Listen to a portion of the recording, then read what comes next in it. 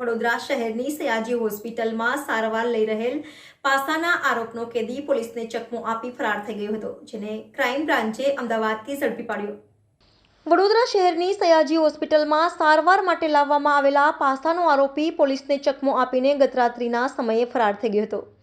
જે અંગે રાવપુરા પોલીસ મથકે ફરાર આરોપી સામે ગુનો નોંધ્યો હતો. જોકે ભાગેડુ કેદી અમદાવાદમાં તેના ભાઈને મળવા પહોંચતા અમદાવાદ ક્રાઇમ બ્રાન્ચે તેને ઝડપી પાડ્યો હતો. પ્રાપ્ત માહિતી અનુસાર અમદાવાદના રીઢા ગુનેગાર કિરણ ઉર્ફે બાદશાહ પારિયાને પાસા હેઠળ અટકાયત કરીને વડોદરા સેન્ટ્રલ જેલમાં લાવવામાં આવ્યો હતો. 3 ફેબ્રુઆરીએ જેલમાં તેની તબિયત લથડતા સયાજી હોસ્પિટલમાં સારવાર અર્થે ખસેડવામાં આવ્યો હતો, જ્યાં હોસ્પિટલના આઈસીયુમાં બેડ નંબર 16 પર તેને સારવાર આપવામાં આવી રહી હતી. આ દરમિયાન ગત રાત્રિએ 1:30 વાગ્યાના આસપાસ આરોપી પોલીસ જાપ્તાને ચકમો આપીને એસએચજી હોસ્પિટલમાંથી નાસી છૂટ્યો હતો. જે બાદ રાવપુરા પોલીસે ભાગેડુ આરોપી વિરુદ્ધ ગુનો નોંધીને તેની શોધખોળ હાથ ધરી હતી. આ દરમિયાન અમદાવાદ ક્રાઇમ બ્રાન્ચની ટીમને આજે બાતમી મળી હતી કે વડોદરાની એસએચજી હોસ્પિટલમાંથી ભાગેલો પાસાનો આરોપી જુનાવાડ જ તેના ભાઈને મળવા આવ્યો છે.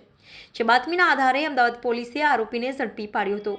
ભાગેડુ આરોપી કિરણ ઉર્ફે બાદશાહ પાસિયાની પોલીસે પૂછપરછ કરતા તેણે જણાવ્યું હતું કે તે પોલીસ જાપ્તાને ચકમો આપીને રાત્રિના સમયે ચાલતો નડિયાદ પહોંચી ગયો હતો, જ્યાંથી ટ્રેનમાં બેસીને મણિનગર પહોંચી ત્યાંથી કાલુપુરા અને ત્યારબાદ નવા વાડજમાં રહેતા તેના ભાઈ રાજેશ પારિયાને મળવા પહોંચ્યો હતો. હોસ્પિટલમાં સારવાર લઈ રહેલો કેદી બીમારીની અવસ્થામાં વડોદરાથી 50 કિલોમીટર દૂર નડિયાદ ચાલતો પહોંચી ગયો તે વાતે પોલીસને અચરજમાં મૂકી દીધી છે. જ્યારે અમદાવાદ પોલીસે આરોપીને વડોદરામાં રાવપુરા પોલીસને હવાલે કર્યો છે. Reporter Rahul Rajput, fine news, Vadodara. Subscribe now and press the bell icon. Never miss an update.